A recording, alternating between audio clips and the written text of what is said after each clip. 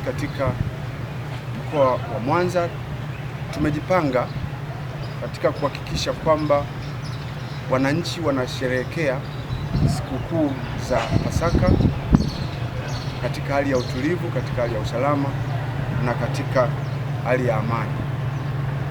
Kama ambavyo mnafahamu, sikukuu za Pasaka watu wengi wameshafurika katika mkoa wetu wa Mwanza wakifanya shughuli mbalimbali za manunuzi. Wengine wamekuja kwa ajili ya kupumzika na wanafunzi wengine wako likizo, wamepumzika pamoja na familia zao.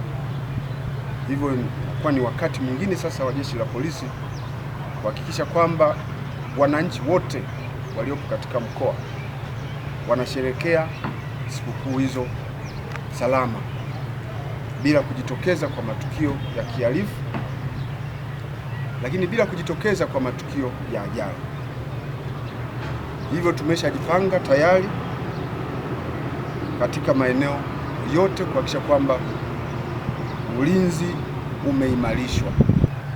Kwa hiyo maeneo yote kimsingi mipango kazi ipo tayari, na viongozi wote wenye dhamana wa wilaya, vituo na mkoa wameshapewa majukumu maalum kwa ajili ya kuhakikisha kwamba usimamizi wa askari unakuwepo ili mwisho wa siku tuweze kumaliza salama.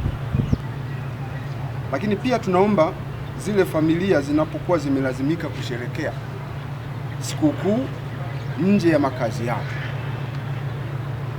wasiache nyumba zao pasipokuwa na uangalizi.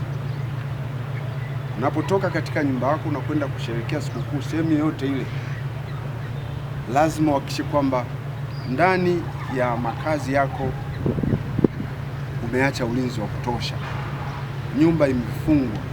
Kama una walinzi, acha walinzi ambao wanafanya kazi yao, wanawajibika vizuri. Lakini pia tunashauri wasitoke wote ndani ya nyumba, wabaki watu wengine kwa ajili ya kuhakikisha kwamba wanaangalia usalama wa nyumba, kwa sababu usalama tunaanza nao sisi wananchi.